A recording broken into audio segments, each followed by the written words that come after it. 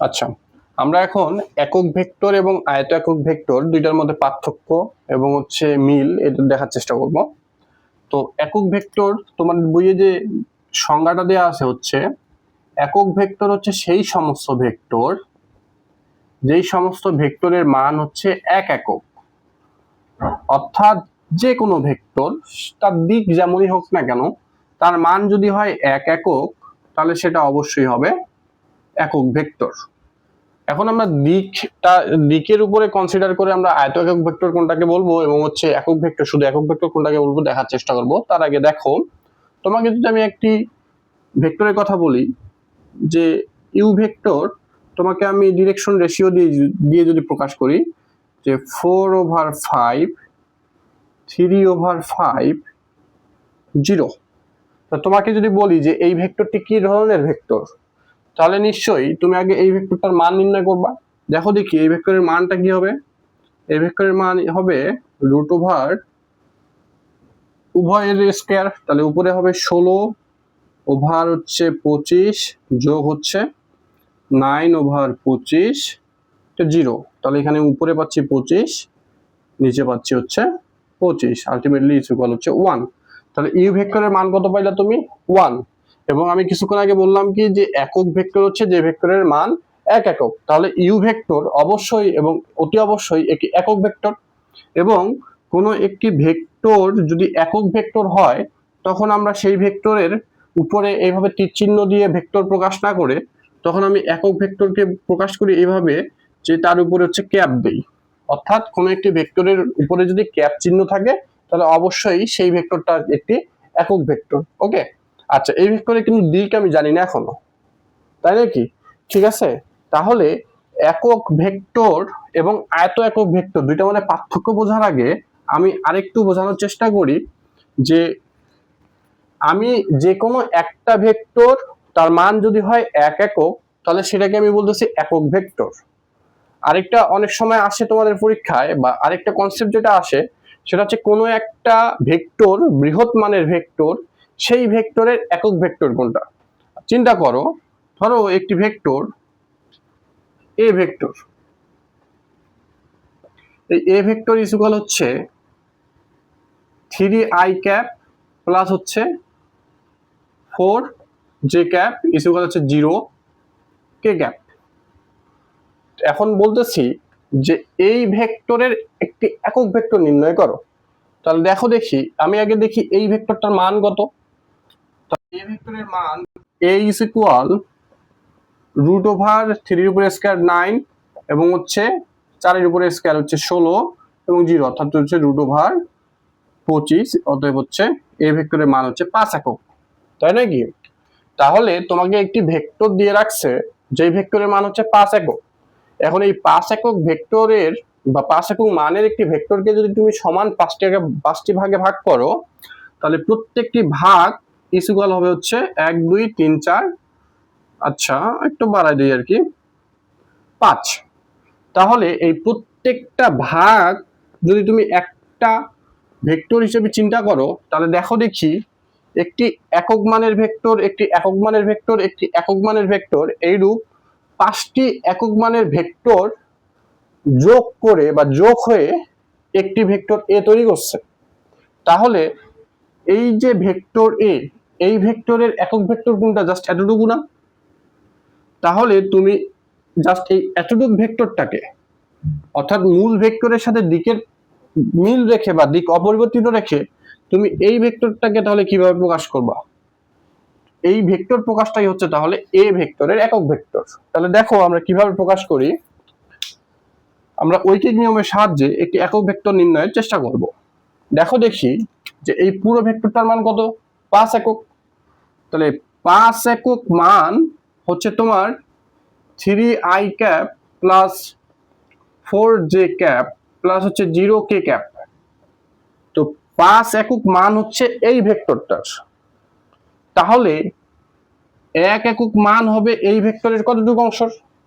তাহলে এইটার সাথে এটা ভাগ, তাহলে 3i cap 4j cap plus 0k cap over 5। 5কে যদি সবার সাথে ডিস্ট্রিবিউট করো তাহলে হবে 3/5 i প্লাস 4/5 j প্লাস হচ্ছে আচ্ছা 0 হচ্ছে 5 আলটিমেটলি 0ই আসে, তাহলে 0 k। তাহলে এই যে তুমি একটা নতুন ভেক্টর পাইলা এবং এই ভেক্টরের মান কত? এই ভেক্টরের মান হচ্ছে এই এ ভেক্টরের প্রেক্ষাপট বা এই এ ভেক্টরের নিরিখে 1 একক মান, অর্থাৎ এই পুরো ভেক্টরটার মান যত তার আলোকে আমরা 1 একক মান পাইছি এতটুকু ভেক্টরের, তাই নাকি? তাহলে এই এ ভেক্টরের একটি একক ভেক্টর বলা হচ্ছে এই ভেক্টরটাকে। তো দেখো দেখি আমি কোনো একটি ভেক্টরের একক ভেক্টর পাইলাম কিভাবে? ওই ভেক্টরটাকে আমি ওই ভেক্টরের মান দিয়ে প্রকাশ করছি। তাহলে আমি যদি কোনো একটি ভেক্টর তার একক ভেক্টর নির্ণয় করতে চাই, আমরা একক ভেক্টরকে দিই ইটা ক্যাপ হিসেবে, সেক্ষেত্রে হবে ওই ভেক্টরটা ভাগ হচ্ছে ওই ভেক্টরের মানটা। অর্থাৎ আমি কোনো একটি ভেক্টরকে ওই ভেক্টরের মান দিয়ে ভাগ দিলে আমি ওই ভেক্টরের একক ভেক্টর পাই। আমরা ক্লাসের শুরুতেই বলছিলাম যে দুইটি ভেক্টর রাশির ভাগ সম্ভব না। কেন সম্ভব না সেটার ব্যাখ্যাও আসবো আমরা, কিন্তু এইখানে অনেকে মিসকনসেপশন রাখে। দেখো দেখি আমি একটি ভেক্টরকে আমি কিন্তু একটি স্কেলার মান দিয়ে ভাগ দিছি, একটি ভেক্টরকে অপর একটা ভেক্টর দিয়ে ভাগ দেইনি। এটা হচ্ছে ওই ভেক্টরটার মান, জাস্ট মান, একটা ম্যাগনিটিউড। এটা কোনো রকম কোনো ভেক্টর কোয়ান্টিটি বা ভেক্টর না। অর্থাৎ আমি এটা দুইটা ভেক্টরে ভাগ করিনি, আমি এখানে একটি ভেক্টরকে অপর একটা স্কেলার মান দিয়ে ভাগ করছি, ঠিক আছে? তাহলে এখন দেখো যে এই একক ভেক্টরের দিক কোন দিকে হবে।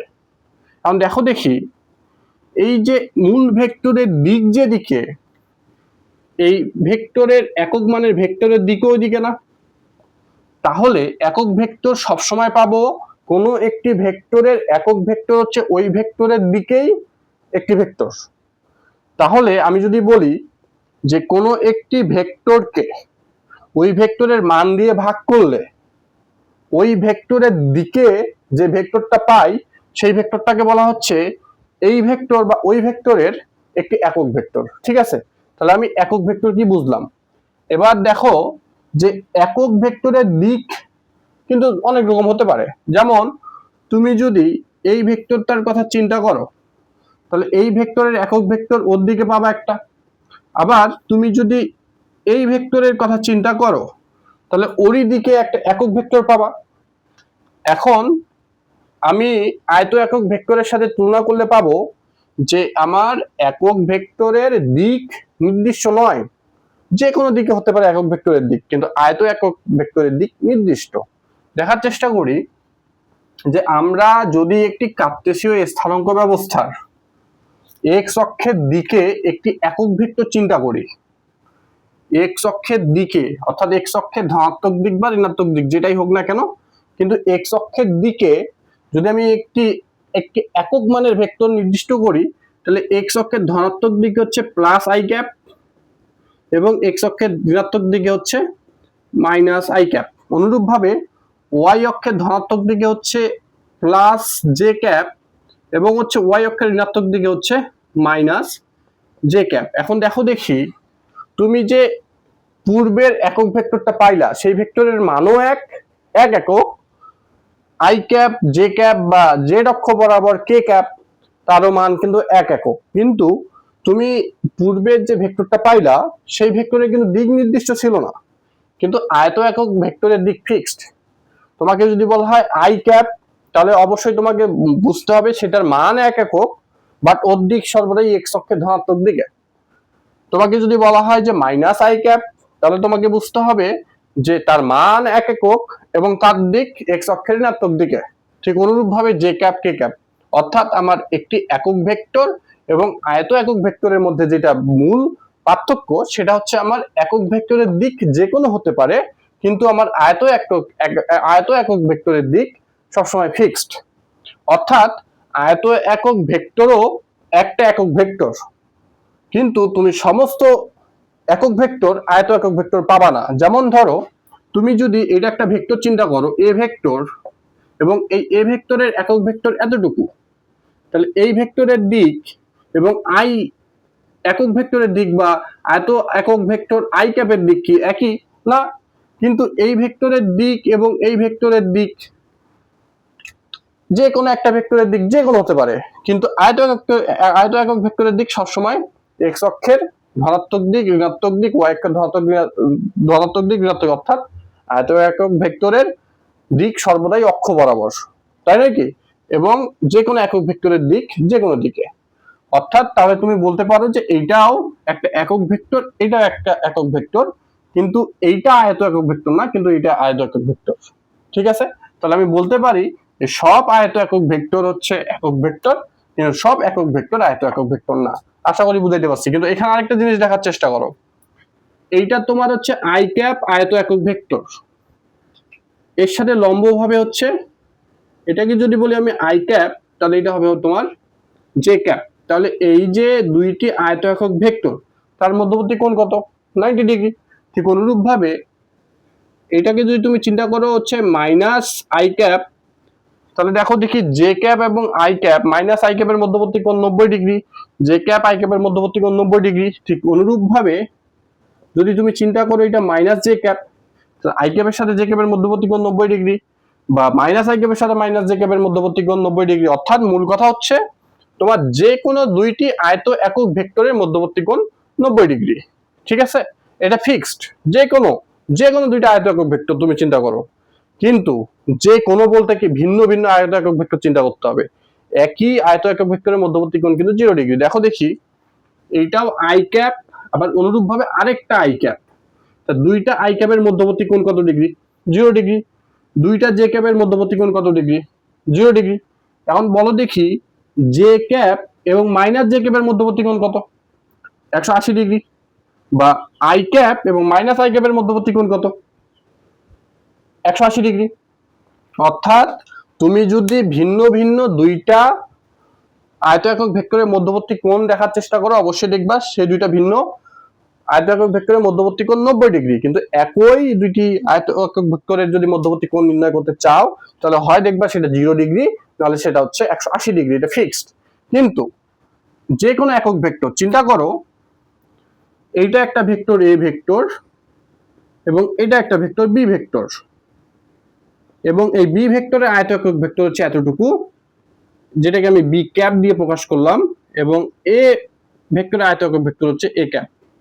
তাহলে দেখো দেখি বি এবং এ দুইটার মানই কিন্তু এক একক, কিন্তু এ ভেক্টরের দিকে হচ্ছে এ ক্যাপের দিক, বি ভেক্টরের দিকে হচ্ছে বি ক্যাপের দিক। তাহলে দুইটা ভেক্টরের দিক কিন্তু পরস্পর আলাদা, তাই নাকি? অর্থাৎ মূল কথা হচ্ছে একক ভেক্টর যার মান এক একক, এবং আয়ত একক ভেক্টর হচ্ছে তুমি অক্ষ বরাবর যে একক ভেক্টরগুলো চিন্তা করতেছো বা নির্দিষ্টকরণ করে, আই ক্যাপের দিক সর্বদাই এক্স অক্ষের ধনাত্মক দিকে, সর্বদাই সেটা এক্স অক্ষের ধনাত্মক দিকের সাথে, মাইনাস আই ক্যাপ সর্বদাই এক্স অক্ষের ঋণাত্মক দিকের সাথে, জে ক্যাপ সর্বদাই ওয়াই অক্ষের ধনাত্মক দিকের সাথে, মাইনাস জে ক্যাপ সর্বদাই ওয়াই অক্ষের ঋণাত্মক দিকের সাথে, কে ক্যাপ সর্বদাই জেড অক্ষের ধনাত্মক দিকের সাথে, মাইনাস কে ক্যাপ সর্বদাই জেড অক্ষের ধনাত্মক দিকের সাথে। তার দিক ফিক্সড। আয়ত একক ভেক্টরের দিক একেবারেই ফিক্সড, বাট যে কোনো একক ভেক্টরের দিক ফিক্সড নয়। তো আমরা এখন এই আয়ত একক ভেক্টর এবং একক ভেক্টরের কনসেপ্ট ইউজ করে কয়েকটা প্রবলেম সলভ করার চেষ্টা করব।